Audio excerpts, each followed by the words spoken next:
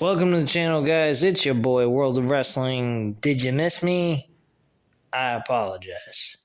It's been a while. I know it's been a whole week. I've been going through some stuff. Still dealing with my father's passing from 3 months ago and so forth. So it's been kind of rough for me, personally in my own life.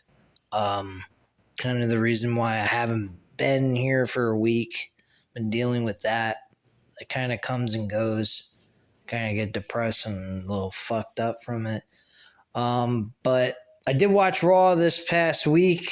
I unfortunately did not watch the whole thing of Raw the week before because there was an internet outage that pretty much threw everything off. I will be covering Raw tomorrow. I also would like to go ahead and start doing MMA videos for you guys if you guys are at all in the area to be able to bet. In the state of Florida, we're able to bet on Hard Rock Bet. So if you guys have the access to betting for UFC, boxing, or anything like that, or football, which are the three sports I'm pretty good with and have had pretty good records. I've done a bunch of parlays before. Unfortunately, I haven't always been successful with those. I've gotten like a couple right. I've gotten like 3 out of 4 picks right, which is good. But when you're doing a parlay, you don't exactly get the money that you put in. So it kind of kills the enjoyment of actually doing it. But yeah, I'm going to do MMA bets tomorrow for you guys, as well as the Raw review. So keep an eye out for that. I will go ahead and give you guys my 4 best picks for UFC Vegas 91. I'm going to start doing that week to week. I do follow other MMA experts on YouTube to get a general idea how these fighters are, and I kind of go through my own way of looking at it as to why I would bet them. So I'm not an MMA expert, but I do generally have a good accuracy on making the correct picks. For one, I actually did a 8-bet parlay UFC 299 and got every one of them correct except for one, which was in, I believe, the co-main event where Dustin Poirier was in that fight that I bet against him, and I lost, unfortunately. So I'm pretty good with this shit. So I think I can be very helpful to you guys if you guys are at all interested in betting on MMA, specifically UFC. So anyway, off of the UFC talk, we'll get into that tomorrow. Let's get into AEW Dynamite review. I'm going to give you guys a short synopsis about this show. Pretty simplistic show. The ending was fairly decent. It had a nice cliffhanger to it. Tony Khan came out to talk to Jack Perry about reinstating him. He liked the spiel that Jack Perry was offering, so he accepted, and he said, "You're in." Shook hands with him, and then they raised each other's hands in the middle of the ring, and then Jack Perry turned on him, obviously. Didn't really think that that was too much of a surprise, in my personal opinion. Then the Young Bucks came into the ring and was asking, "What the hell are you doing?" Blah, blah, blah. They grabbed both of them, grabbed each one of his hand, and they looked like they were going to do the BTE knee trigger. And they stopped for a second, like, "Whoa, hey, let's do it." Nah, well, we're not going to do it. Then Okada helped him up. And then the Young Bucks proceeded to do the pile driver with the tag team partner launching himself off the top rope and smashing his skull into the mat, ending the show. Tony Khan's father came out to check up on him, which was surprising. He never showed his face, not one time on television since this company has started. So this was kind of a nice little shock value. But I would be going oohing and eyeing over this if we were, weren't living in the past. This would have been more effective without that fucking being aired 2 weeks ago. And me personally, I didn't even buy the pay-per-view for that specific reason. I could have purchased the pay-per-view personally, but seeing that footage, I did not like it. I didn't. I thought that was garbage. I thought it was shit. It left a black eye on AEW. It reminded me in a lot of ways of the finger poke of death from WCW. I'm not saying AEW is dying, but it did give me a bad taste in my mouth of them showing footage of something that happened a long time ago. Well, not a long time ago, but it was like almost a year ago. And he's showing off footage about something with a person that no longer works for the company. So, I mean, it really was stupid. Made absolutely no sense to do that. And it gave more appeal towards CM Punk and proving CM Punk that he was right. He wasn't lying to us. I mean, there was some small details he said that weren't there, possibly, but I'd say about 99% of the information he gave us was very accurate. So thank you, Tony Khan, for proving to us that we can trust CM Punk, that he's not an utterly fucking phony piece of shit. Which helped me have more faith in CM Punk and actually have more reason to actually like him again. And he earned my respect back from seeing that clarification, because I thought it was just him being a fucking crybaby who wasn't getting what he wanted. When at the end of the day, Tony Khan was giving him everything besides, like, Hulk Hogan type money. I mean, he was still giving him great money anyway. But point being is that, I mean, I'm not very happy with Tony Khan. I don't have the same opinion of him as I used to. Over the years, he's progressively gotten worse. He has not gotten better. But I still follow his product. There are some guys on there that I really like. Will Ospreay, definitely one of them. He had a match tonight in a pack challenge where they made it look like a battle royal type of thing, where they had a count. They didn't really have a countdown, but they had a set time frame of when they were releasing guys into the ring to add up more people in the ring. And the only way to win really wasn't throwing your opponent off the top rope. It was by pinfall or submission. I thought that was a pretty nice little touch there. The winner of that match was to face Roderick Strong for his international championship at the Double or Nothing pay-per-view. I'm actually looking forward to that match. I think that match will be a very good matchup. So it should be interesting. Ring of Honor versus New Japan Wrestling in my book. So I think that's going to be an excellent matchup. Not really much of a story there, just strictly good competition. Once again, Will Ospreay does not have any great story coming out of him. He's just having a lot of great competition, and there's nothing wrong with that, but there has to be some sort of substance towards Will Ospreay for him to gain momentum in his stardom, I guess you could say. He needs to have some bigger, larger-than-life type of thing to him than just being able to wrestle real well in the ring. And there's nothing wrong with that. It's just we really could use a little something what MJF has. MJF is the only guy in this promotion that has any of that.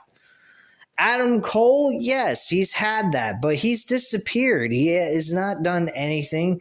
Wardlow ain't doing nothing. The Undisputed Kingdom is basically non-existent. The only thing that's going on now is Roderick Strong with his international championship, which clearly we know that Will Ospreay is going to take from him at the Money in the Bank, at Double or Nothing.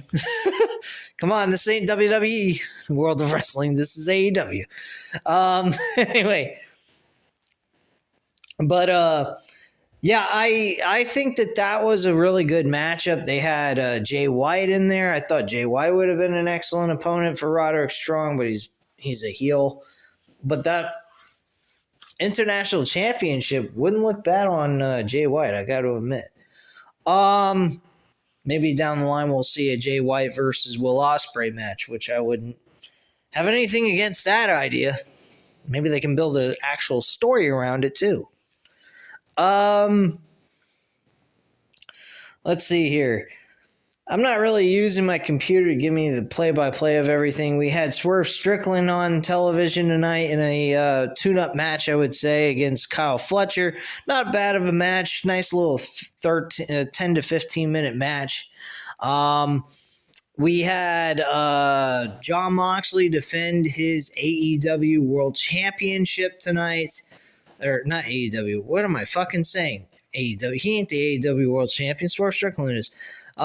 His New Japan World Wrestling Championship. So he defended against Will Hobbs. Very obvious matchup. I mean, not really a opposing challenger for the New Japan Pro Wrestling Championship, in my personal opinion. Good match, though. It wasn't terrible, but they pretty much brawled throughout the entire arena in Jacksonville at Daly's place.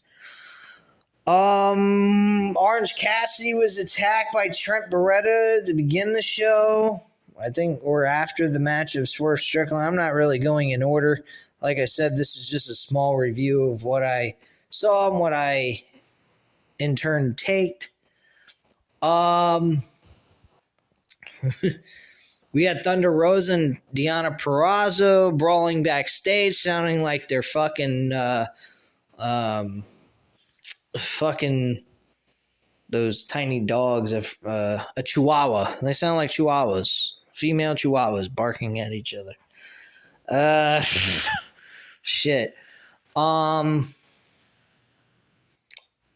Myra May, she had a match against, or not Myra May didn't have a match. Her former friend from Stardom, who I forgot the name of, nor do I give a flying fuck, went up against Anna Jay. This match, nothing really spectacular happened here. I mean, it was a fairly decent wrestling show. I mean, but how many wrestling shows are we going to get? I mean, personally, if you're going to just focus your entire promotion on just pro wrestling, you might as well just do what New Japan Wrestling's doing. They don't have a weekly televised show. They build their storylines around the matches that they're building for the event that they're having, and they just have events. I don't understand why AEW just can't go that route if that's what they want to do. Because the way they're coming across is they're being a sport, which there's nothing wrong with that, but the problem is it does get dull and boring. The sporting portion of wrestling for any wrestling promotion, if you're doing weekly televised shows, is you save the wrestling portion and the sport-like atmosphere for the actual pay-per-view, and you make the week-to-week shows more of a cinematic, or not cinematic. You make it more like a reality TV show where you get drama, you get some sort of intrigue by the fans to make them want to actually watch your show week to week. I've said this countless times. If you're going to make your show just simply about wrestling, that's okay, but it leaves you with nothing for the fans to actually feel intrigued to want to watch your show the next week. That's why they are staying stagnant. They're not doing anything spectacular. They're having good matches. The fans are intrigued by the matches, but that's not all there is to it. There's also drama built. What they did tonight was what was needed. That was an excellent way of doing things. Outside of that, the show was there. It was just there. That's it. They plugged in some matches for Double or Nothing with the TBS Women's Championship. That seems to be being pushed a lot more. Serena Deeb, speaking of championships, for the women's world title, Serena Deeb made her return. She actually showed interest in the AEW Women's Championship and is claiming that she's going to beat Toni Storm for that title. I don't know if this is going to be scheduled for... Excuse me, I'm quite tired. Been working my ass off for like the last 2 weeks. Been working overtime hours every single week. So I'm pretty fucking exhausted. So what do I mean, Serena Deeb, I'm not sure she's even challenging for the world title at Double or Nothing, or is it going to be on a Dynamite episode? I would hope at Double or Nothing. Put her in some matches leading up to it. They got plenty of time to do that. Just put her in like 3 or 4 matches. Have a nice winning streak against notable opponents. And there you go. And you got your reason for her challenging for the belt. Maybe you get some backstage interest. Maybe some psychological fuckery. I don't know. Something. Anything. But yeah, Willow Nightingale, she pretty much was getting a celebration for winning the TBS Women's Champion from Julia Hart this past Sunday. And it is what it is.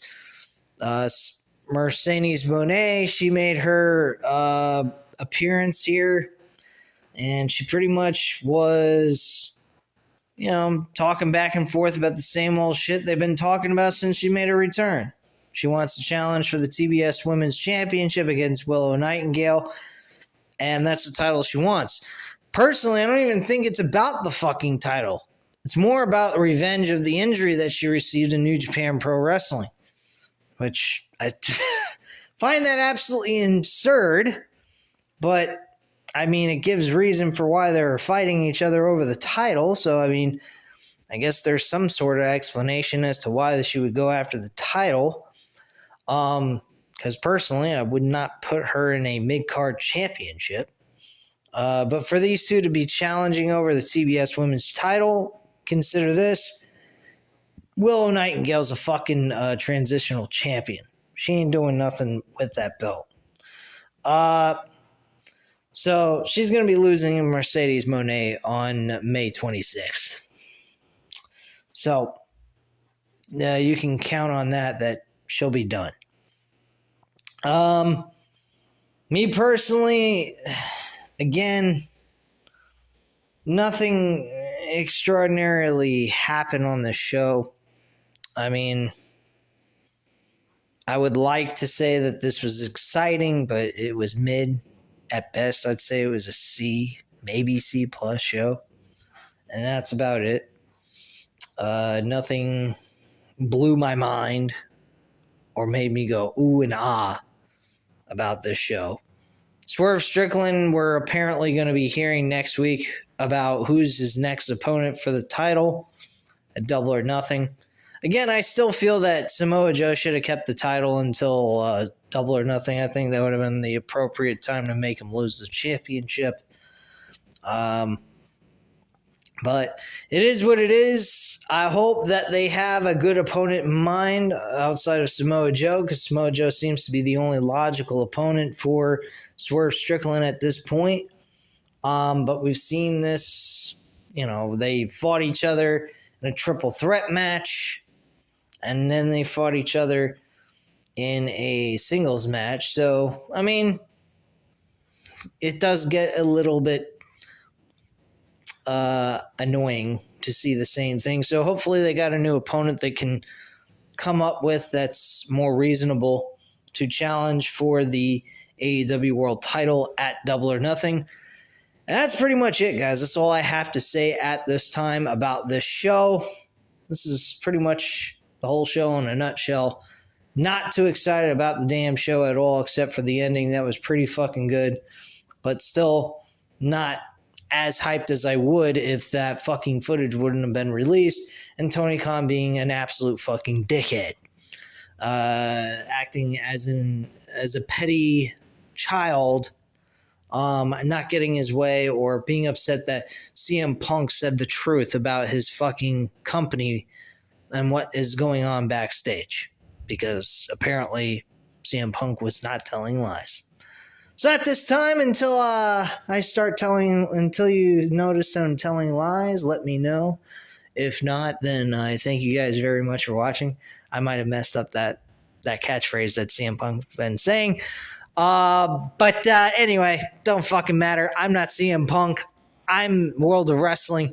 That's all I have to say at this time. You guys know what to do. Hit the like button if you like this video. Hit the subscribe button if you're not already subscribed to the channel. And leave a comment down below. I'll definitely get back to you on that. I thank you guys very much for watching. And have a great night, guys. Bye.